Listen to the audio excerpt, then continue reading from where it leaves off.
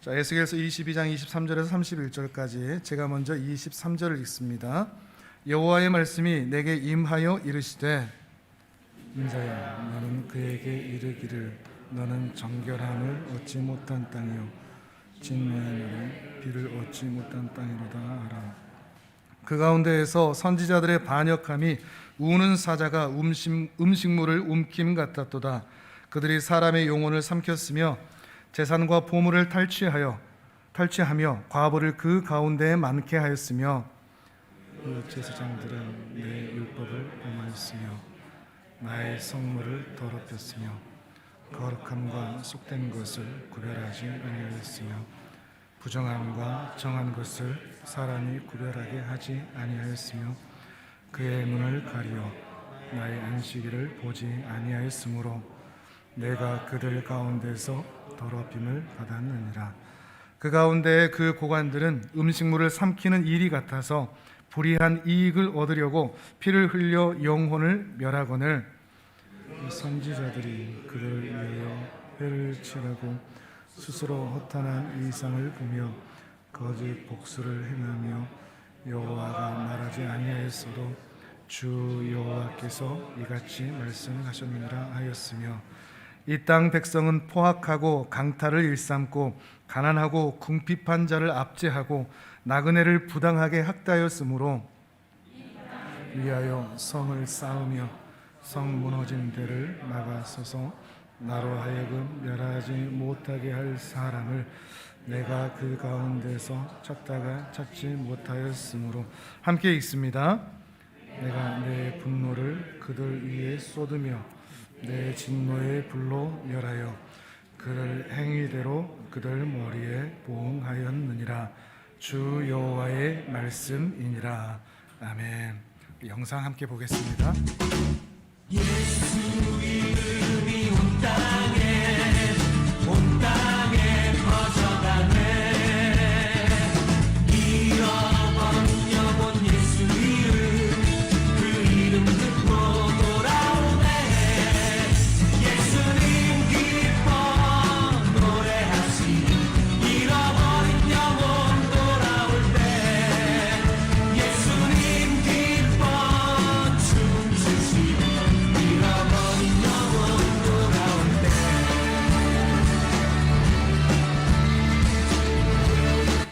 Kita dua dari Nabi, kita tahu dua Nabi itu semuanya fokusnya Yesus yang akan datang, sehingga Yesus sendiri berdiri di gunung, kemudian semua jalan lagi. Kita minggu saudara-saudara dalam keluarga saudara-saudara atau pribadi saudara-saudara tidak ada ibadah, saudara-saudara tidak bertumbuh.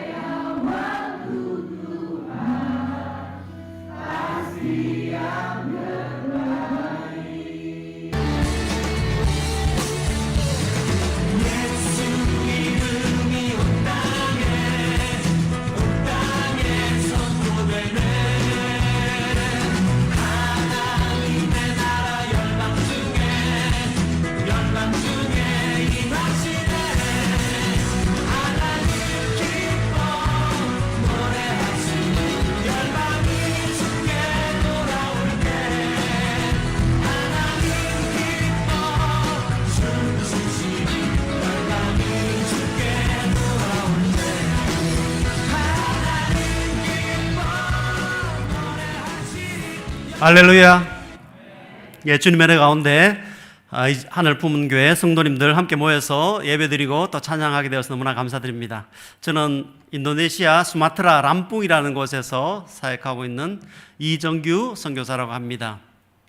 저희들이 인도네시아 간지 11년째 이렇게 보내고 있는데요. 하늘 품은 교회를 생각하면서 늘 또 도전이 되고 또 감사한 마음들이 많이 있습니다. 특별히 저희들 2018년도에 이곳이 아닌 그 이전에 예배 처소에 있을 때 왔었는데 사랑하고 존경하는 우리 박성우 목사님 사역하는 걸 보면서 큰 도전을 받았어요. 어떻게 저희들도 나눌 수 있을까? 그래 고민하다가 저희들도 인도네시아 돌아가서 하늘 창고 사역을 하였습니다. 2년 정도 했었는데 코로나가 터졌어요. 2년 정도 참 짧은 기간이죠. 우리 하늘 품은 교회에 비하면. 그런데 저희들은 4가정밖에 안 했어요.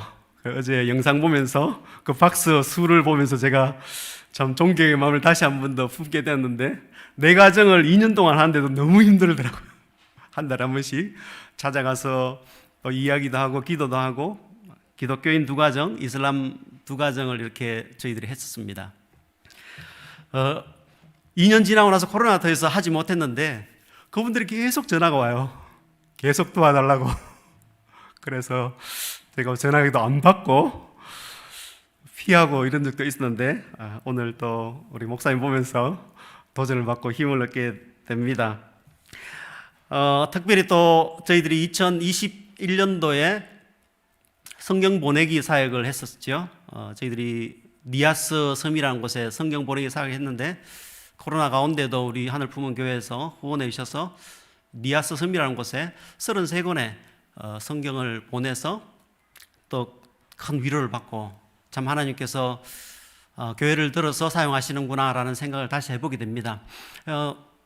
설교를 또 초대받고 준비하면서 주중에 하나님께서 한 가지 말씀을 주시는 것은 적은 능력, 적은 자, 적은 일에 충성하는 자라는 것에 대해서 여러분 계속 생각이 나게 하셨어요. 특별히 계시록 3장 8절에 보면 내가 내 앞에 열린 문을 두었다. 내가 너의 행위를 안다. 내가 적은 능력을 가지고도 내 이름을 배반치 않고 내 이름을 드러내었다. 라고 이렇게 아시아에 있는 7교회, 특별히 빌라델비아 교회에게 그리스도께서 칭찬하시는 그 내용이 있습니다. 적은 능력을 가졌지만 우리가 사실 개개인별로 따져보면 저도 마찬가지지만 그렇게 큰 능력이 없어요. 세상 앞에서나 또 믿음 생활이나 참 능력이 없지만 하나님께서 이 적은 능력을 통하여서 많은 사람들을 축복케 하는 일들, 그 적은 능력이지만 내가 그리스도를 배반하지 않고 이 땅에 살아가서 그것을 보고 많은 사람들이 하나님의 영광을 바라보게 되는 그런 일들을 이 빌라델비아 교회와 또 오늘 저는 제 마음속에 하늘 품은 교회를 바라보면서 주님께서 칭찬하신다라는 생각을 듭니다. 이 시대에 정말 적은 능력으로 주님의 영광을 드러내는 데 쓰임받는 귀한 교회가 되기를 축복합니다. 저는 여러분들이 생각하면 선교사는 어떤 사람이 선교사가 될까? 선교사는 신앙이 엄청나게 좋아서 어릴 때부터 신앙생활을 열심히 해서 우리 박성우 목사님처럼요, 박유한 선교사님처럼 교회 안에서 자랐다든지 그런 케이스도 있겠죠. 그러나 저는 어떻게 보면 조금 다른 케이스다라고 제 자신을 이야기할 수가 있습니다. 저희는 중학교 이전까지만 해도 예수님의 이름을 전혀 듣지를 못했어요. 교회가 그 주변에 없었던 것이죠. 그 예수님이 누구신지 교회가 무엇인지 전혀 알지 못했던데 고등학교 들어가면서 다른 지방에 이제 유학을 가게 되었죠. 광주로 치면 이제 큰 도시에 유학을 오게 되었는데 어떤 분이 저에게 전도를 했어요. 교회에 한번 가보지 않겠느냐? 교회는 무슨 곳이냐? 저를 그렇게 물어봤죠. 거부감도 없어요. 전혀 모르기 때문에. 그래서 교회를 갔는데 교회가 너무 좋은 거예요. 이 교회가 세상에서는 어떻게 보면 저에게 타 지역에 왔을 때 타지인으로 외지인으로 살아갈 때 특별히 큰 도시에 살아갈 때 저에 대해서 아무도 관심을 가져준 사람이 없었어요. 그런데 이 교회에 가니까 사람들이 먹을 것을 가져와서 같이 나눠 먹고 또 서로 즐겁게 이야기를 들어주고 그래서 주일날 저는 이 창문에 이렇게 햇살이 쭉 들어오는 이 주일날의 교회 그 모습이 아직도 마음속에 늘 있습니다. 그래서 교회는 천국이구나 이런 생각을 하게 되고 교회 생활을 하였는데 사실 저희 집에 저희 온 마을에 저희 가문에 저 혼자 기독교인이었어요. 그렇다 보니까 이제 시골에 가게 되면 명절이 있잖아요. 명절이 있는데 명절에 저희들이 종손 집안이었는데 마당에 돗자리를 쫙 깔아놓고 거기에서 절을 해요. 저는 고등학생이었는데 저 혼자 서 있었어요. 신앙이 좋아서라기보다도 그저 교회에 대한 또 예수님에 대한 그 배반을 해서는 안 되겠다, 그런 생각을 했던 것 같아요. 그래서 한 70여 명이 다 절을 하는데 저 혼자 이렇게 서 있었어요. 서 있으니까 여러분 주변에 어떤 반응인지 여러분 대충 아시죠? 예, 경험이 많으실 겁니다. 궁시렁궁시렁 거리는 소리들이 여기서 들리고, 저보고는 이야기 못 하는데 저희 어머니에게 사람들이, 사촌이나 당숙들이 이야기를 하는 거예요. 저 친구는, 쟤는 도시에 가더니 조상도 버리고 다 버렸다. 조상도 뿌리도 모르는 아이다. 인간 다 버렸다, 도시 가서. 아주버니 어떡하실래요? 저 이정규 저거 어떡하실래요? 그런 이야기를 해요. 세월이 많이 흘렀죠. 그 사이에 신앙이 많이 자란 것은 아닙니다. 왜냐하면 또 다른 지역으로 옮겼을 때 교회를 찾는 건 쉽지 않아서 적응을 상당히 많이 못했어요. 많이 헤맸어요. 30대 이전까지 거의 헤매는 시간을 보내고 드문드문 교회를 가서 어떻게 했냐면, 교회 기둥 옆에, 부끄러운 얘기입니다만 교회 기둥 옆에 앉아서 늘 자다가 왔어요. 일부러 교회 기둥 옆에 앉아서 잠을 자기도 하고. 도대체 그 사랑은 알겠는데 안 믿겨지는 거예요. 믿고 싶은데 안 믿겨지는 것. 그래서 애들이 주일학교 다니니까 따라와서 앉아있지만 신앙이 자라지 않는 그런 가운데 30대 초반을 살다 보니까 어떤 일이 일어나겠어요, 여러분? 세상에서 방황하고 깨지고 연단받고 눈물 흘리고 혼자 쓸쓸하게 고통받는 그런 삶이죠. 아직도 어떻게 보면 우리 주변에 그런 사람이 너무 많은 거죠. 주님 은혜 가운데 복음이 무엇인가, 누군가가 예수라는 분이 내가 잘 알지는 못하겠는데 이 예수라는 분이 나를 위해 죽었다는 거예요. 2000년 전에. 아니, 우리 아버지가 나를 위해 죽을 수도 있잖아요, 그죠? 근데 2000년 전에 저를 전혀 알지 못하는 저 이스라엘 땅에 나사렛 예수라는 분이 나를 위해 죽었다라고 이렇게 이야기를 들었을 때 고민을 해야 되는 거예요. 결정을 해야 되는 거예요. 그분이 정말로 나의 모든 죄를 위해서, 인간의 죄를 위해서 죽으셨다면, 그게 진리라면 나는 그분을 위해서 기꺼이 죽겠다. 그러나 그것이 거짓말이라면, 정말로 지어낸 누군가의 2000년 전의 이야기라면 나는 더 이상 교회를 안 나가겠다. 결정해야 될 시기가 왔어요. 교회를 그냥 대충 다니다가 삶의 변화도 없이. 그 시기에 주님의 은혜로 몇몇 분들을 만나게 되었어요. 그분들이 저희 신앙을 성장시키는데 헌신하셨어요. 우리 목사님처럼 저희 부족한 것들을 섬겨주시고, 또 잘 모르잖아요. 기독교 이 성경책이 두꺼워서. 두껍죠, 그죠? 두껍습니다, 생각보다. 그래서 이해가 안 되는 이 어려운 말들, 전혀 교회 밖에서 쓰지 않은 이런 말들이 이제 다가오기 시작하는 거예요. 다른 사람의 이야기인 줄 알았더니, 2000년 전에 역사 속에 있었던 오래된 옛날 이야기인 줄 알았더니 이제 오늘 나에게 생명의 말씀이 되고 나를 구원하시고, 이 구원의 사랑이 날마다 참 은혜 가운데 날마다 오늘까지, 오늘 아침까지 기도할 때 그것이 감격이 되고 눈물이 되는 것입니다. 그래서 그분이 나를 위해 죽으셨는데 내가 뭘 할까? 열심히 직장생활 하면서 또 사업하면서 살 수도 있는데 그때는 신학교를 가야 된다, 이렇게 주로 공식이었던 것 같아요. 주님의 은혜 가운데 이렇게 사역을 하고 이렇게 또 신학을 하고 교회에 파송을 받아서 11년째 이렇게 사역을 하고 있습니다. 은혜 가운데 그리스도의 사랑이 참 제 안에 감격하고, 또 저뿐만 아니라 이 자리에 앉은 여러분들 가운데 충만하여서 정말 지금까지 이 자리에 또 예배 자리에 있다는 건 이것도 은혜죠. 저도 이 자리에 서 있다는 것이 얼마나 큰 은혜인가 다시 한 번 더 생각해 보게 됩니다.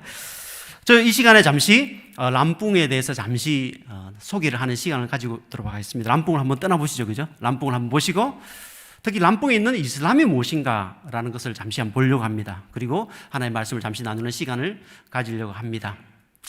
람뽕의 사진을 잠시 보도록 PPT 다음 페이지 한번 보겠습니다. 저쪽에 보면 인도네시아라는 곳은 저 초록 색깔로 되어 있는 지역이 인도네시아입니다. 인도네시아는 2억 8천만의 인구가 있죠. 넓은 지역이고 끝에서 끝까지가 비행기 타고 7시간 걸립니다. 인도네시아에서 자카르타에서 서울까지 오는 게 비행기 타고 7시간인데 그 정도로 넓은 나라고 2억 8천의 인구고 700여 종족들이 있습니다. 저희들은 거의 한 종족으로 이렇게 있어서 종족에 대한 개념이 잘 모르는데 인도네시아 교회들은 주로 종족별로 예배를 드립니다. 왜냐하면 뭐 서로 사랑하지 않아서 그런 것이 아니라 언어가 전혀 달라요. 사투리 이런 개념이 아니고 언어가 전혀 달라서 종족별로 주로 예배를 드리는데 6개 종교가 의무입니다. 무교는 절대 안 됩니다.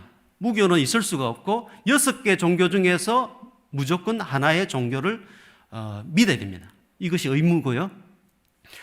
특별히 저희 있는 지역은 별표가 보이는 그 수마트라 섬이라는 곳이 있는데 수마트라는 2004년도 12월 26일 날 아체 쓰나미 지진이 일어났죠. 그죠? 여러분 아시죠? 그죠? 그때 그 쓰나미가 났던 아체 지방이 저희 수마트라의 가장 북부에 있는 섬입니다. 지금도 튀르키예, 시리아 지진으로 해서 2만 명 정도 넘게 사상자 났는데 저 때도 하루 이틀 만에 25만 명이 사망했어요. 25만 명이에요. 그래서 저 아체 지역과 이 남쪽에 저희들이 이제 별표가 있는 지역이 람뿡인데 저희들은 남쪽에 있죠. 남쪽에 수마트라 남단에 있는 지역이 람뿡입니다. 예, 넘겨주시면 람뿡은 남쪽에 바닷가를 인접해 있는 해안 지역이고 인구는 거의 950만 명, 거의 1000만 명 가깝죠. 인도네시아는 인구가 많습니다. 특별히 젊은 인구들이 주로 많고 나라가 급속하게 발전하고 있습니다. 그러니까 나라가 발전하고 인구가 증가하고 하니까 교회는 어떻게 되겠어요? 교회도 계속 성장하죠. 교회는 성장하는 교회입니다. 여러분들이 하나님께서 이 시대에 교회를 어떻게 하시느냐 바라볼 때 교회는 이제 점점 더 쇠퇴의 길을 간다라고 생각할지도 모르겠어요. 그렇지만은 반은 맞고 반은 맞지 않습니다. 하나님께서 기존에 이 적도에서 북쪽에 있던 이 나라들, 이 기독교 국가들이 많았죠. 그런데 최근에는 많은 그 영적 부흥들이 남부 아프리카라든지 이쪽 그 남미나 인도네시아나 이런 지역에서 많은 교회들이 성장하고 있습니다. 선교사들도 이전에는 주로 미국 선교사, 유럽 선교사들을 많이 보지만 최근에는 브라질, 멕시코 이런 데 선교사들이 많이 와요. 저희들이 이전에 선교사를 보냈던 중국 선교사들은 곳곳에 다 있어요. 그래서 이런 많은 인구들을 가지고 있는 나라고 특별히 저기에서 인구의 그 종교 분포를 보면 이슬람이 거의 90%죠. 이슬람이 90%고 저희 섬은 힌두교도 조금 있습니다. 불교 이제 힌두교에서 불교가 나오잖아요. 힌두교가 조금 있고 기독교는 거의 1% 정도 아주 이제 소수 종교 중에 소수 종교. 그것도 저희 기독교도 거의 가톨릭까지 포함해서 저 정도 나오는 겁니다. 저 지역에는 카카오나 고무나무 이런 커피가 많이 온 산이 다 커피입니다, 여러분. 부럽죠, 그죠? 그냥 바로 커피숍에 갈 필요가 없습니다. 바로 커피 따서 마시면 됩니다. 예, 저게 람뿡이고요. 저 열매는 카카오 열매입니다. 저 열매로 이제 초콜릿을 다 만드는 것이죠. 예, 다음 페이지요. 예, 저 람뿡은 수마트라 섬은 조금 전에 말씀드렸듯이 그 환태평양 조산대라고 해서 이번에 터키 쪽은 아나톨리아 판이라고 합니다. 그 땅에 판이 다 있습니다. 저기는 환태평양 판인데 이 판이 세계에서 가장 큰 판이에요. 태평양 전체 그 인도네시아에서부터 해가 저기 멕시코 칠레까지 이어지는 이 불의 고리라고 흔히 이야기하는데 이 고리가 이 땅 속에서 늘 터질 준비를 늘 하고 있어요. 활화산들이 엄청나게 많이 있습니다. 수시로 저희들은 지진이 나는 게 늘 이렇게 문자로 많이 와요. 그래서 거의 신경을 안 쓰고 살고 있습니다. 지진이 계속 나기 때문에 지진이 많은 지역에 해안 지역에 보면 지붕을 다 이렇게 양철로 해요. 기와나 벽돌로 하게 되면 다 금이 가서 이번에도 피해가 큰 게 결국은 다 이제 벽돌로 지은 집들이 피해가 엄청나죠. 그래서 양철로 다 지어서 계속 지진이 나도 그냥 이제 뭐 피해가 없는 것이죠. 사망률도 없고 이런 지역이 저희 람뽕 지역입니다. 돌려주시고요. 예, 저희 동네에 살고 있는 이슬람 분들입니다. 이슬람은 우리가 이슬람 사람들을 보면은 특징이 있죠, 그죠? 특히 여자분들은 히잡이라고 이야기하는데 히잡을 쓰고 있는데 저희 동네에 저희 아내가 개 모임을 하는 겁니다. 아직도 이제 개 모임을 해서 매월 모여서 갯돈을 타서 놀러도 다니고 이런 아주 옛날 전설 속의 이야기죠, 그죠? 그래서 또 그 갯돈이 적으니까 여행을 가야 되지요. 그러니까 버스를 빌려서 밤에 출발합니다. 숙박비 아끼려고. 그렇게 가난하게 살고 있는 이슬람 국가인데 히잡을 저기는 보면 인도네시아 무슬림은 조금 특징이 있습니다. 다른 나라 중동이나 뭐 쿠웨이트나 이란, 이라크 쪽에 이슬람들은 보면 까만색입니다. 전신을 다 덮죠. 그런데 인도네시아 분들은 길에서 여러분 종종 보시나요? 이슬람 분들은 여기 허리까지, 어깨까지 주로 앞가슴까지 이렇게 가리는 아주 약간 약식이죠. 약식이고 특별히 색깔별로 다양합니다. 검은색이 아니라 위에 옷의 색깔이 노란색이면 히잡 색깔도 노란색, 위에 옷이 분홍색이면 분홍색. 그래서 여자분들 집에 가면은 빨주노초, 파남보 이렇게 색깔이 다 있습니다. 이건 뭐냐면은 그 하나의 종교적 믿음이 신앙의 행위가 이제 삶 속에 들어와서 하나의 문화가 된 거죠. 사실 깊은 의미가 없어요.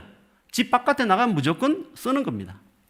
왜 그러냐면 사실 이런 모든 것들이 이슬람이 행하고 있는 모든 것들이 다 이게 성경에서 다 나오는 거예요. 고린도 교회 사도 바울이 이야기하면서 여자들은 머리에 써라, 수건을 써라 이렇게 이야기하는 것은 그 당시의 문화와 관련되어 있습니다. 왜 그러냐면 그 당시에 머리를 드러내고 다니는 사람들은 창녀였기 때문에 그렇습니다. 그래서 너희들이 예수님을 믿지만 머리를 가려야 될 이유는 혹시 사람들이 너를 보면서 머리를 쓰든 안 쓰든 자유하지만 이것을 씀으로 인해서 너희들이 창녀가 아니다는 것을 나타낸다. 이렇게 이야기하면서 고린도 교회에 이야기하는 것처럼 이 중동 문화죠. 하나의 지금은 이제 패션이 됐습니다. 이 무슬림 이웃들이 있고요. 저들이 다음 페이지 부탁합니다. 저들이 믿고 있는 종교가 이슬람이라는 종교인데 잠시 이슬람에 대해서 짧게 나누자면 저희들이 이슬람에 대해 조금 더 이해를 할 필요 있다 생각을 하고 있습니다. 전 세계에서 75, 80억의 인구 중에서 기독교가 거의 한 21% 정도 된다고 이야기합니다. 그런데 이슬람은 한 15% 이 정도 되는데 실제적으로 기독교를 20 몇 프로라고 이렇게 할 때 거기에는 개신교 7, 8억 그 다음에 러시아 정교회, 로마 가톨릭 다 포함해서 거의 한 20% 정도 된다고, 한 20억이 된다고, 20% 정도 된다는 것이죠. 그런데 이슬람은 거의 16억이랍니다. 이슬람 단일 종교로 16억이라는 것입니다. 그래서 전 세계 실제적으로 보면은 전 세계 가장 큰 종교는 무엇이냐라고 하면 이슬람이다라는 것입니다. 이것은 뭐 여러 가지 의미가 있습니다. 첫 번째, 우리가 그 이슬람에 대해서 분명히 알아야 되겠다라는 생각을 하게 되고, 또 두 번째, 한국의 많은 사람들이 복음을 전하다 보면은 하나님이 없다 이렇게 이야기하는 사람 많아요. 무신론자죠. 이 무신론자의 생각을 가지고 있는 사람, 하나님 어디 있어? 보여줘봐. 저도 이전에 전도할 때 그런 이야기 참 많이 들었는 것 같아요. 그렇게 이야기하는 사람은 참 어리석은 사람이에요. 그렇게 이야기하는 사람들은 한국이나 공산주의 국가나 몇몇 국가밖에 되지 않아요. 저기에 거의 50%가 되는 가톨릭 개신교, 로마 정교회, 이슬람, 인구의 거의 전 세계 80억 중에서 50억이나 되는 사람은 신을 믿어요. 하나님을 믿어요. 하나님의 이름이 다르죠. 그 실제적으로 들어가면 다르지만 보이지 않는 하나님을 다 믿는다는 것입니다. 여러분들 친구 중에서나 누구나 가족들이 하나님 어디 있어? 농담하지 마. 죽으면 다 끝나지. 나 그냥 살다가 죽을래. 라고 이렇게 이야기하신다면 그분들은 이 50억이나 되는 사람들, 하나님을 철저하게 믿으며 살아가는 사람들에게 답을 해야 돼요. 증명을 해야 돼요. 왜 하나님이 없는지. 그러나 그것이 지금까지 증명된 적이 없어요. 그러니까 성경에서도 시편 14편에 보면 그 어리석은 자는 거죠. 하나님이 없다고 하는 자들은 어리석은 자라는 거예요. 너무나 어리석은 자들이 우리나라에 아직 많다는 것이 좀 안타까운 일이에요. 그래서 이 이슬람에 대해서 알 필요가 있다 생각하고, 이슬람 믿는 것이 무엇이냐? 두 번째 페이지 보시면 이건 코란입니다. 경전입니다. 이 코란은 그들이 믿는 경전의 핵심 내용이고, 무함마드가 예언을 하고 그 제자들이 기록한 책이 코란입니다. 코란의 내용은 무엇이냐? 코란의 내용은 성경의 내용과 아주 유사합니다. 25명의 선지자들의 기록들이 쭉 이어져요. 25명의 선지자의 기록이 뭐냐면, 첫 번째는 아담이에요. 아담에서부터 25번째 무함마드까지 이어져요. 그리고 24번째는 누구냐? 예수님이에요. 23번째는 누구냐? 세례 요한이에요. 이름은 조금 달라요. 그 다음에 우리가 흔히 요나도 있고 엘리야도 있고 다 있어요. 이게 16억 이슬람이 믿고 있는 내용인데, 여기에 대한 기록들이 성경과 아주 유사하지만 또 다른 것이 많아요. 특별히 뭐가 다르냐? 그것은 예수님이 십자가에 못 박히셨느냐 안 박히셨느냐 이 차이예요. 우리가 교회를 다니면서 예수님이 십자가에 못 박혀 죽으셨다라고 이렇게 이야기하면은 우리는 당연하게 생각합니다. 할렐루야, 아멘. 그러나 초대교회에서부터 그 이후에 그 아랍 계통에 있던 많은 사람들은 예수님이 십자가에 못 박혔다라는 것을 들으면 기분 나빠했어요. 기분이 상당히 나쁜 거예요. 마치 여러분들이 교회를 열심히 다니고 있는데 신천지가 와서 야, 여기 와봐, 여기도 진리가 있어 라고 이야기하면 여러분은 뭐라고 생각하시겠습니까? 웃죠, 그죠? 웃다가 두 번, 세 번 이야기하면 어떻겠어요? 화를 내겠죠. 다시는 오지 마라, 화를 내겠죠. 그 사람 똑같습니다. 그 사람들은 화를 내고 돌을 던집니다. 왜? 예수님이 자기들이 존경하는 선지자가 십자가에 죽었다라는 것을 못 받아들이기 때문에 그런 것이죠. 왜 그러냐면은 선지자라는 것은 나비라는 뜻입니다. 나비라는 것은 하나님이 보낸 사자입니다. 하나님이 보낸 사자, 우리 성경에서 모세부터 해서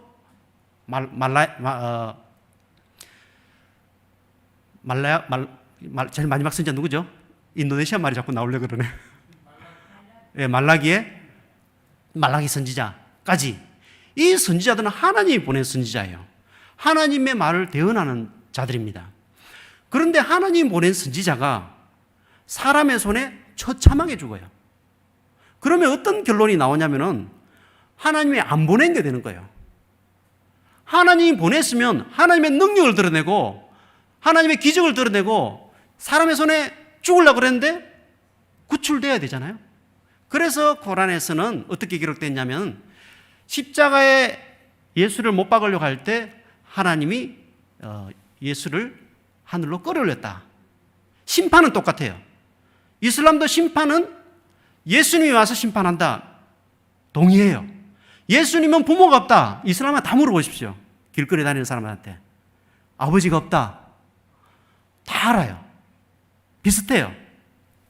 그렇지만은 십자가에 죽으셨다라고 이야기하면 예수님을 모독하는 걸로 이해하는 것입니다. 하나님의 그 능력이 실패한 걸로 되는 겁니다.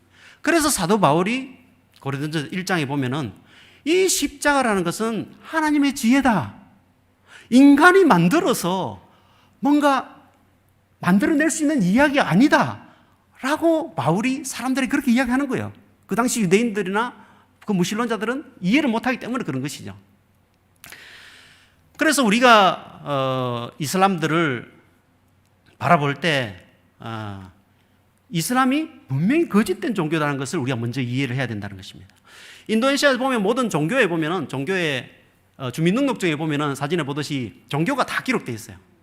기록되어 있어서 대학 우리 친구들 원서를 내잖아요. 그러면 기독교 적혀 있으면 차별을 당해요. 벌써 안 뽑아요. 90%가 자기 종교인데 왜 자기들 생각하는 이단이잖아요. 그 사람들 생각하는 우리 이단이잖아요. 그죠? 철저하게 전혀 뿌리 다른 뭐 불교나 힌두교가 아니에요. 뿌리가 똑같아요. 거의 비슷한 종교예요. 그렇기 때문에 철저하게 그들 안으로 못 들어오기 위해서 이단으로 생각하기 때문에 배척하는 거죠. 그래서 기독교인들이 많은 차별을 받죠.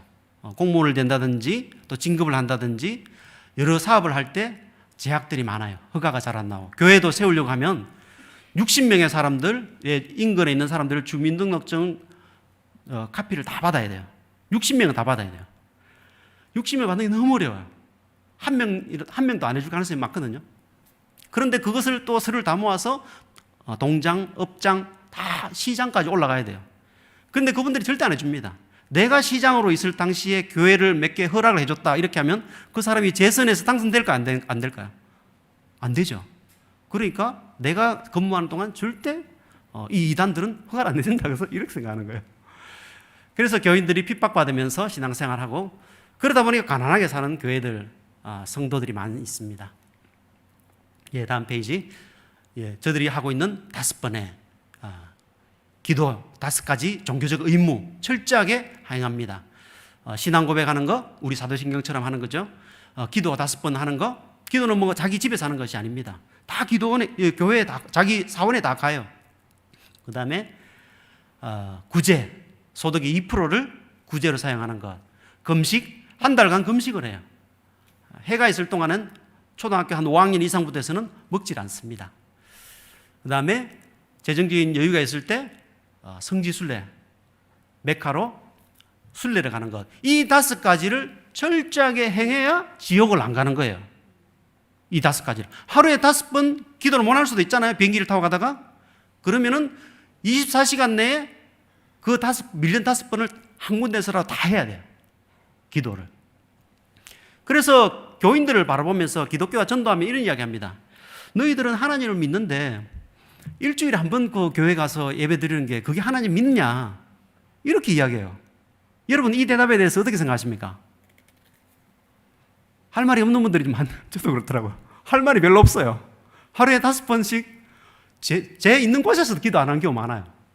그런데 어떻게 그 기도하러 5번 일하다가 가서 하고 또 와서 일하고 가고 그래 하겠습니까? 일주일에 한 번 교회 가서 예배 드리는 거 그거 하나님 믿는 거 다라고 생각하지 마라. 충고를 해요. 우리 보고. 우리 종교 믿어라. 전도해요. 여러 세계 여러 종교에서 전도를 강조하는 종교는 기독교와 이슬람입니다. 그래서 이 광주라는 곳에 이슬람이 발상지하고도 거리가 먼 곳이지만 여기도 제가 알기로는 선교센터가 있어요. 전국 주요 도시에 선교센터들이 다 있고 주요 대학들에 저처럼 선교사로 하는 사람들이 다 들어와 있어요. 전략이 무엇이냐? 조속한 시일 내에 한국의 큰 도시에 이 이슬람이 다 들어오는 겁니다. 우리가 막기가 어려워요. 세계적인 추세예요. 마치 유럽처럼 말이죠. 유럽에 우리가 축구 결승전에 볼 때도 프랑스하고 아르헨티나 축구 결승전 해도 프랑스 팀 선수들, 국가대표 선수들 보십시오. 거기 보면은 프랑스 사람이 없어요.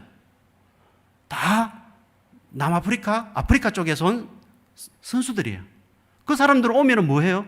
다 기도해야 돼요. 그러면 그 사람들 처음에는 적죠? 조용조용합니다. 그러나 세력이 커지면 이익 집단이 되고 결국은 자기들의 요구사항을 이야기해요. 기도처를 만들어라 법적으로. 종교적인 권리를 보장해달라. 지금 이 일이 대구 지역에서 여러분 아시는지 모르겠지만 큰 문제가 되어서 대구 대현동에 사원을 짓다가 지금 중지된 상태에서 문화체육부에서 내려와서 조율을 하고 그런데 결국 대법원에서 짓도록 허가가 났기 때문에 아마 크게 지을 것 같아요. 이런 가운데 우리가 살아가고 있다. 점점 더 들어오는 이슬람 우리가 어떻게 볼 것이냐라는 것입니다. 첫 번째 제가 이야기했듯이 여러분들 반드시 기억해야 될 것은 이슬람은 거짓 종교입니다. 거짓 종교라는 것을 우리가 우리 스스로 깨닫고 또 우리 자녀들 교회 안에서 가르치고 왜 그러냐면 사탄은 거짓을 조장합니다. 우리나라에 많은 거짓들이 들어올 때 우리나라 멸망의 길을 갈 수밖에 없는 것입니다. 이슬람이 거짓되다는 것을 우리가 깨닫고 선포해야 됩니다. 선포할 때, 거짓을 선포할 때 사탄은 떠나갑니다. 그러나 우리가 무슬림을 바라보면서 어떻게 해야 될 것이냐? 그럼 무슬림은 우리가 사랑해야 된다. 어떻게 보면 약간 이율배반적이지만 그들을 한 사람의 인간으로서 우리가 품는 것, 그것은 우리가 예수 그리스도의 제자로서 해야 될 일이다. 그래서 결론적으로 우리 곁에 다가오고 앞으로 점점 더 많이 생기게 될 이 이슬람의 사람들, 무슬림들, 공장에서 만나게 될 무슬림들, 이 사람들에게 철저하게 우리가 그들의 종교가 잘못됐다는 걸 우리가 인지하고, 또 다른 한편으로는 타양인으로, 외국인으로 살아가는 그들을 불쌍하게 여기면서 그리스도의 사랑을 전가하는 것, 이것이 우리의 올바른 태도가 아닌가라는 생각을 하게 됩니다. 넘겨주시고, 그래서 저는 저희 사역은 큐티 사역입니다.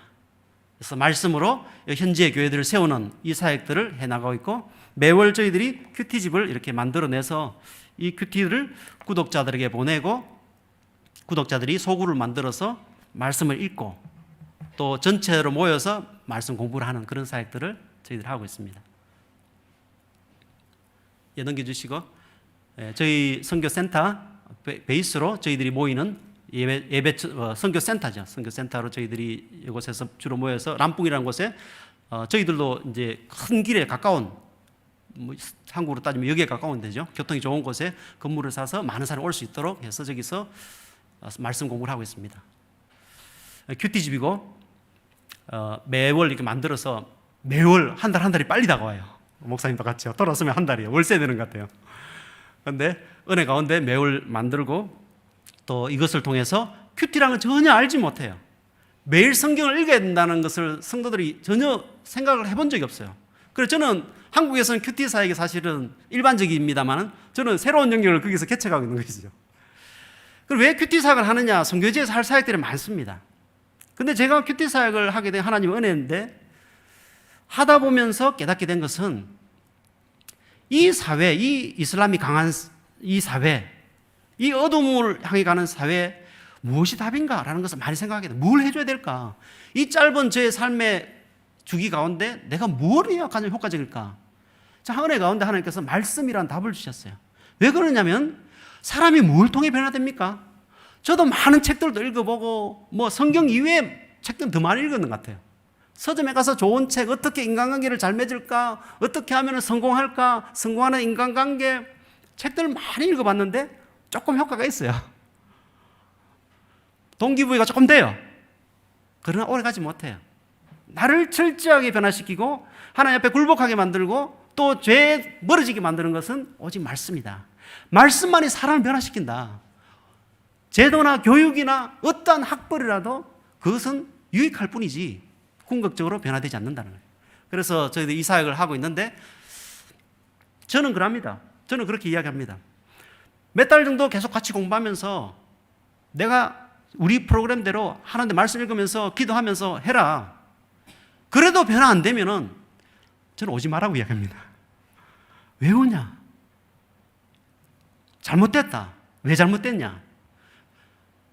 읽는 당신이 잘못됐거나 가르치는 내가 잘못됐다. 그래서 우리를 계속 모여봤자 필요가 없다. 왜? 하나님 말씀은 잘못된 적이 없으니까. 이렇게 거부 협박을 하죠. 오라는 말이죠. 하여튼 그래서 말씀 사역을 열심히 하고 있습니다. 예. 소그룹으로 모이고요. 1대1 제자 훈련도 하고 있고, 예. 전체 이제 대그룹이죠. 세미나를 통해서 말씀을 전체적으로 매일 읽는 말씀도 있지만 전체적으로 성경을 또 볼 수 있는 그런 수양의 시간을 가지고 말씀 사역을 하고 있습니다. 현지 교회 장로교단이 많지 않습니다. 인도네시아는 거의 한 60%가 순복음교회가 많습니다. 장로교회는 아주 작은 부분인데 저희들은 장로교회 협동목사로 노회에 소속되어서 현지 교회들, 장로교회들을 돌보는 사역을 하고 있습니다. 예, 시골 교회들 정축 또 개축하는 사역들 하고 있고, 또 특별히 저는 목회자 사택을 주로 많이 리모델링 하는 쪽으로 포커스를 많이 맞추고 있습니다. 예, 구제 사역들, 예, 하늘창고 사역을 좀 사진을 엮으시는데 부끄러워서 박스 4개 갖다 놓고 찍으려니까 좀 찍은 사진 많아요. 매달 했기 때문에. 근데 좀 그래서 코로나 때 열심히 많이 나눴던 사진을 제가 넣었습니다. 코로나 때 2년 동안 은혜 가운데 많은 또 구호 키트들 나눌 수 있었고, 예. 예, 성경 보내기 저도 말씀드렸듯이 니아스 섬이라는 건 성경을 보내게 됐습니다. 니아스 섬이라는 것이 수마트라 섬에서도 하루 정도 하룻밤 정도 배를 타고 건너가야 되는 지역이 있는데 저기는 다 기독교인들입니다. 저 섬에는. 근데 거기에 성경이 없다는 거예요. 요즘 시대에 어떻게 성경이 없는 데가 다 있을까? 아마 사람들이 돈이 아까워서 성경을 안 살 거다. 저는 이렇게 생각을 했는데 현지 분들 그쪽에 사는 분들한테 전화를 해서 물어보니까 성경이 없대요. 목사님만 성경이 있고 또 장로님만 성경이 있다는 것입니다. 이거 꼭 국판 같죠? 그래서 왜 그러냐 물어봤더니 워낙 오지고 섬이다 보니까 성경뿐만 아니라 책이 안 오는 거예요. 학생들 책도 안 오고 아무것도 안 와요. 산 넘고 강 건너 마을이 있으니까 뭐 어떤 책도 없는 것이죠. 그래서 저희들이 성경책을 구입해서 제일 좋은 걸로 글자 잘 보일 수 있도록 싼 거 많이 보낼 수 있지만 제일 좋은 걸로 해서 한 600여 권 정도 보내서 저는 한 100권 정도 믿음이 작아서 한 100권 정도 보내려고 했는데 600권 정도 보내서 보내야 되었고, 예, 다음 페이지. 여기에 저희들 보낼 때 그냥 보낸 것이 아니라 이 교회에서 33권을 하늘 품은교회 해줬기 때문에 33권에 다 이름을 다 적었어요. 하늘 품은교회, 하늘 품은교회, 하늘 품은교회 해서 다 보내고 그분들이 늘 기억할 수 있도록 이 성경책이 어디서 왔는 소중한 책인가라는 것을 기억할 수 있도록 그렇게 보냈습니다. 여러분 감사드립니다. 하여튼 사역에 동참해 주셔서 감사드리고, 예, 중장기로 저희들이 사역의 방향은 수마트라 남쪽에 있는 람뿡이라는 지역에서 좀 더 북쪽으로 계속 올라가면서 사역을 하려고 생각하고 있습니다. 남쪽에서 이렇게 했던 사역의 베이스 말씀 묵상 센터들이 또 중부 지역, 빨간 표시 있는 중부 지역이라는 곳 쪽이 세워지고 또 북쪽까지 아체 가까운 데까지 세워지는 이런 비전을 가지고 저희들이 사역을 하고 있습니다. 많이 기도해 주시고, 특별히 오늘 말씀을 잠시 나누려고 하는데, 오늘 말씀 우리가 에스겔 22장 어떻게 보면 조금 생소한 본문이고 또 자주 접하지 않는 본문일 수 있는데, 여기에 에스겔 22장의 본문은 아주 유명하게 된 것이 1730년대 그 미국에서 목회하시던 조나단 에드워드라는 목사님이 진노한 하나님의 손에 붙들린 죄인들이라는 유명한 설교가 있습니다. 미국이 청교도 신앙을 가지고 유럽을 떠나서 새로운 땅에 도착했지만 이분들이 신앙이 이제 해이지기 시작했을 때 이 조나단 에드워드 목사님이 설교를 했습니다. 하나님의 심판에 대해 설교를 하시면서 여기 몇몇 본문들을 인용을 해서 아주 유명한 본문이 되었습니다. 여기에 요지는 뭐냐면은 북이스라엘이 멸망하게 되고 남유다만 이제 남은 상태에서 에스겔 당시에 이미 많은 포로들이 바벨론으로 포로로 가 있는 상태에 있는 것이죠. 그 바벨론에 포로로 가 있는 사람들을 향해서 에스겔이 하나님의 말씀을 대언한 것입니다. 그 대언의 내용은 뭐냐면은 이 이스라엘이 반드시 멸망할 수밖에 없다. 하나님의 칼이, 하나님의 심판이 이 땅에 임하게 될 것이다. 왜 그러냐면 그들이 우상을 숭배하고 죄 가운데 살기 때문에, 회개하지 않기 때문에 하나님이 심판하신다 라는 것을 그 바벨론 포로로 살고 있는 사람들에게 선포를 했는 거죠. 그런데 그 사람들은 아니다. 우리가 지금은 포로로 잠시 와 있지만 예레미야 70년 이렇게 이야기했는데 아니다. 1, 2년 지나면은 우리는 다시 회복된다. 하나님이 계신 예루살렘 성이 어떻게 성전이, 여호와께서 임재하시는 그 성전이 멸망하겠느냐? 전혀 받아들이지 않는 그런 가운데 있는 것이죠. 그러나 에스겔은 오늘 이 본문을 통해서 하나님이 심판하신다. 반드시 심판하게 될 것이다 라고 이야기를 하고 있습니다. 하나님의 심판의 특징이 있습니다. 하나님의 심판은 갑자기 딱 불을 보낸다든지 칼을 보낸다든지 심판하시지 않습니다. 하나님이 심판하실 때는 반드시 경고를 하십니다. 이것은 어느 시대, 노아의 시대나 소돔과 고모라 때는 늘 경고를 하시고 심판하시는 것입니다. 그 경고를 잘 들어야 됩니다. 어떤 마음으로 하나님께서 지금 경고를 하고 계신지를 잘 들어야 됩니다. 심판에 대해 가까웠는지 안 가까웠는지 알 수가 있는 것입니다. 그 경고를 하고 그리고 이유를 제시합니다. 하나님은 기분에 따라서 그냥 심판하시는 분이 아니라 이유를 제시하는데 오늘 이유를 3가지로 제시를 하는 것입니다. 첫 번째 이유를 제시하는 것은 뭐냐면은 여기 26절에 보면은 이런 이유 때문에 심판하는데 첫 번째 이유는 뭐냐면은 제사장들 때문이다라는 것입니다. 제사장들은 내 율법을 범하였으며 나의 성물을 더럽혔으며 거룩함과 속된 것을 구별하지 아니하였으며 부정함과 정한 것을 사람이 구별하게 하지 아니하였으며 그의 눈을 가리어 나의 안식을 보지 아니하였으므로 내가 그들 가운데서 더럽힘을 받았느니라. 제사장들은 직분자죠. 이 제사장들은 성전 안에서 사역합니다. 성전 안에서 사역할 때 예배를 주관하고 제물을 준비하고 또 율법을 가르치는, 선포하는 이런 일들을 해야 되는데 이 제사장들이 그걸 다 버렸다는 것입니다. 그리고 거룩한 것을 드려야 되는데 거룩한 것은 자기가 취하고 좋지 않은 것들만 하나님께 바치는, 안식일을 보지 아니하였다. 안식일을 지키지 않았다. 하나님의 이 창조의 원리들을 다 무시한, 하나님의 주권을 무시한 그러한 성전 안의 사역자라는 것입니다. 성전 안에서 그런 일들이 일어나는 것입니다. 두 번째 이 심판의 이유는 뭐냐면은 선지자라는 것입니다. 28절에 보면은 선지자들이 그들을 위하여 회를 치라고 스스로 허탄한 이상을 보며 거짓 복수를 행하며 여호와가 말하지 아니하였어도 주 여호와께서 이같이 말씀하셨느니라 했느니라. 이 선지자들은 이제 선지자가 나타나는 배경은 이렇습니다. 성전이 제대로 기능을 하지 못할 때 주로 하나님께서 선지자를 보냅니다. 그게 선지자의 시대입니다. 왜 그러냐면 성전에서 제사장들이 영적으로 다 죽어 있어요. 그래서 이제 하나님께서 성전 밖에서 하나님의 뜻을 대언하는 그 나비들을 보내서 하나님의 뜻을 사람들에게 선포하는 이런 사역들을 하는 겁니다. 하나님의 소리죠. 선지자는 파수꾼과 같은, 나팔수와 같은 이런 역할들을 하는 겁니다. 그런데 이 선지자들이 그 당시에 회를 칠한다는 것은 칠해서 겉은 멀쩡한데 속은 검은 것이죠.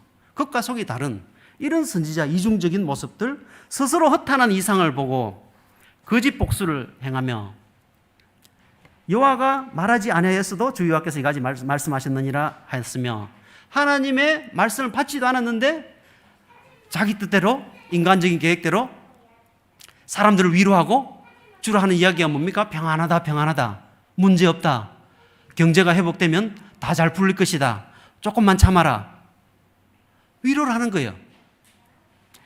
이런 선지자의 모습, 성전 밖의 모습. 그리고 세 번째 죄악은 뭐냐면은 27절에 보면은 그 가운데 그 고관들은 음식물을 삼키는 일이 같아서 불의한 이익을 얻으려고 피를 흘려 영혼을 멸한다. 이 고관들이라는 것은 왕과 백성의 지도자들이죠. 이건 정치적인 영역입니다. 이 왕과 백성의 이 정치적인 지도자들은 이 하나님의 마음으로 이 양떼들을, 백성들을 이끌어 나가야 되는 그러한 중차대한 책임을 맡은 자들인데 이들이 이리와 같다. 자기 이익만을 추구하면서 자기 살 길만을 추구하며 살아가는 이러한 고관들, 왕들. 이 왕이라는 것은 성전 안과 성전 밖, 이 모든 것을 다 통치하는 그 왕이잖아요. 그러니까 성전 안, 성전 밖 이 모든 영역이, 가나안 땅이, 거룩한 땅이 죄악으로 가득 찼다는 것이죠. 그러다 보니까 29절에 보면 이 땅 백성은 포악하고 강탈을 일삼고 가난하고 궁핍한 자를 압제하고 나그네를 부당하게 학대하였으므로 정치가 타락하고 종교가 타락하고 또 이 사회적인 그 정의가 타락하는 선지자적인 기능들, 소리들이 전혀 사라지는 이 시대에 결국은 백성들은 어떤 반응입니까? 결국은 백성들은 강탈을 일삼고 포악해지고 가난하고 궁핍한 자 압제하고 나그네를 부당하게 학대하는, 무상숭배하는 이런 시대였다는 것입니다. 이러한 이유로 하나님께서 멸망시키겠다. 조목조목 이유를 조목조목 말씀하시죠. 그런데 30절에 보면 더 중요한 것은 이 땅을 위하여 성을 쌓으며 성 무너진 데를 막아서서 나로 하여금 멸하지 못하게 할 사람을 내가 그 가운데서 찾다가 찾지 못하였다라고 얘기합니다. 이 예루살렘 성, 이 성이 지금 무너지는 이 시대 가운데 있는데 이 무너지는 성을 바라보면서 거기에 막아서서 하나님, 여호와 하나님, 이 예루살렘 성을, 하나님이 계신 이 성전을 불태우지 마십시오. 무너뜨리지 마십시오. 라고 막아서는 한 사람을 내가 찾지 못했다는 것입니다. 그 한 사람이라 있었으면 이 하나님의 심판이 멈출지도 모르는데 그 한 사람을 찾지 못하였으므로 31절에 보면 내가 내 분노를 그들 위해 쏟는다. 심판이 임하게 된다는 것입니다. 소돔과 고모라 성이 멸망할 때 정말 의인 10명만 있으면 이 도시의 죄를 용서해 달라고 아브라함이 기도했는데 이제 이 약속의 땅 가나안 땅에는 한 명도 없는 이런 상황이 된 것입니다. 이 세상이 멸망하는 것은 악인이 많아서 멸망합니다. 맞아요.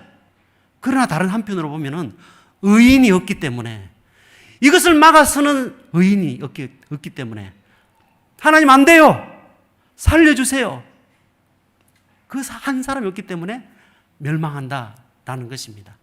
여기에서 이 한 사람은 신약의 큰 그림으로 해석해 볼 때 예수 그리스도입니다. 예수 그리스도 그 한 사람이 결국은 그 십자가 위에서 하나님의 모든 진노를 다 받으신 거죠. 내가 막을게. 이정규 선교사, 넌 뒤에 가 있어라. 내가 너 살려줄게. 이렇게 막으신 거예요. 사실 이 죄라는 것이 이 세상에 들어온 것은 한 사람의 죄가 들어왔죠.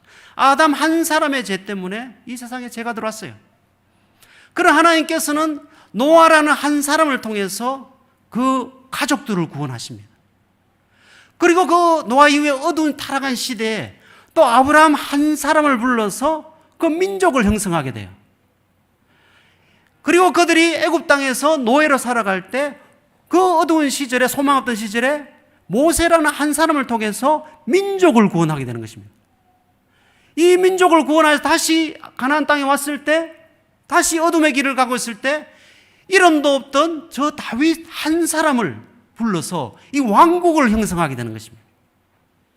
그것이 결국 이 하나님 나라를 세워나가는 한 사람, 우리 주 예수 그리스도에 대한 예표라는 것입니다.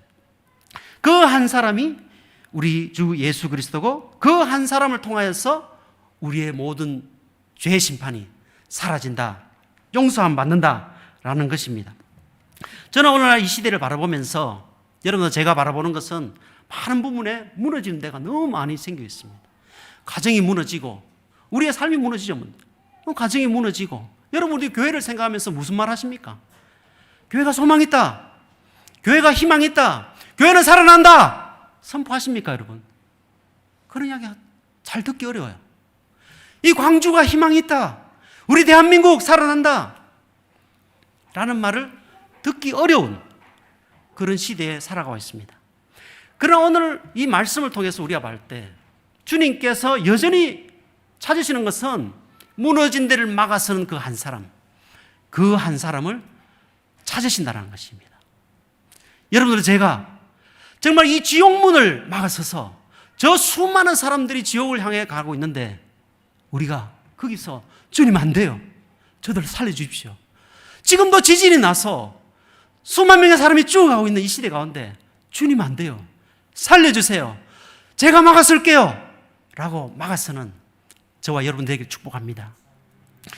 10년 정도 만에 한국에 와서, 그전에도 왔습니다만 짧게 이렇게 왔다 갔는데 10년 정도 이렇게 지나와서 조금 긴 시간에 교회와 사람들을 만나다 보니까 보게 되는 것이 있습니다.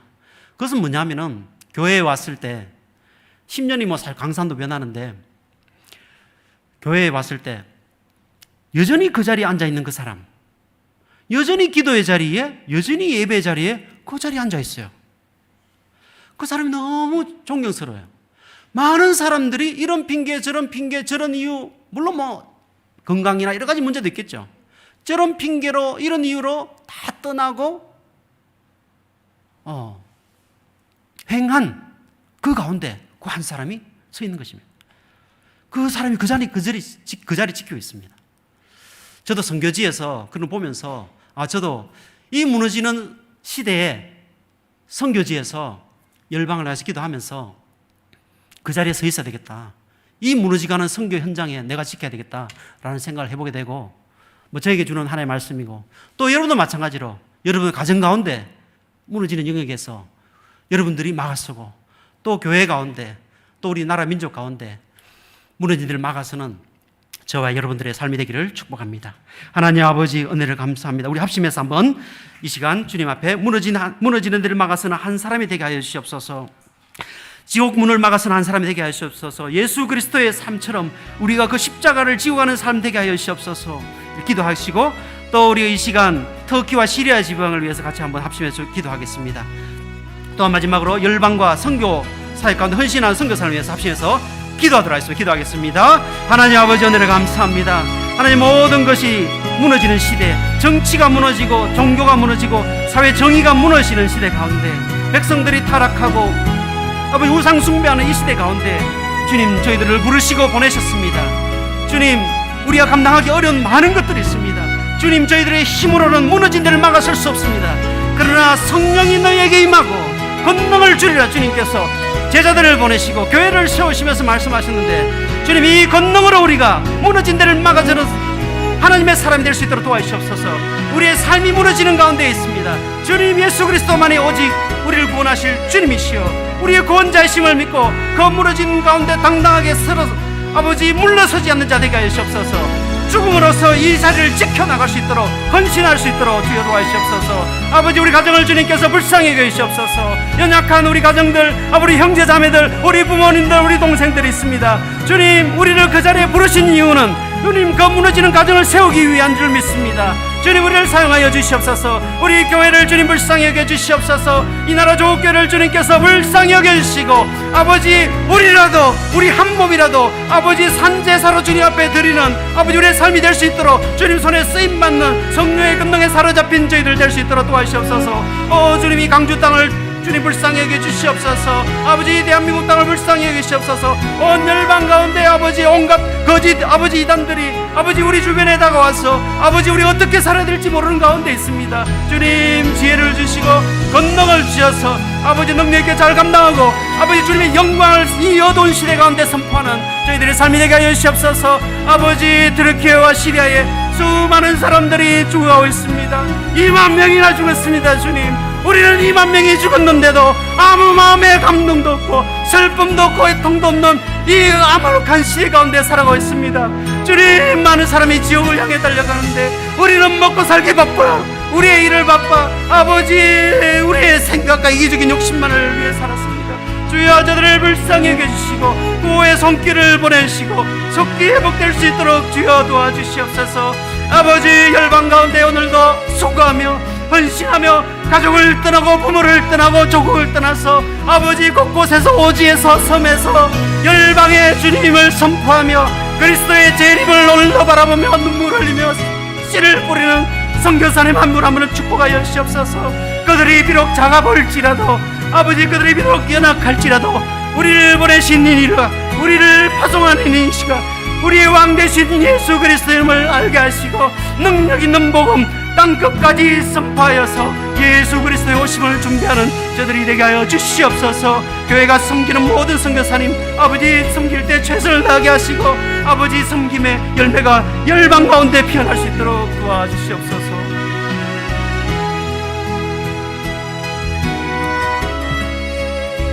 우리의 기도를 들으시는 주님을 찬양합니다. 응답하실 주님을 찬양합니다. 반드시 응답하리라. 내가 부르짖으라 내가 응답하리라 말씀하셨사오니 주님의 때 주님의 방법으로 이 모든 것을 응답하여 주시옵소서. 감사드리며 우리 구주 예수 그리스도 이름으로 기도드리옵나이다. 아멘.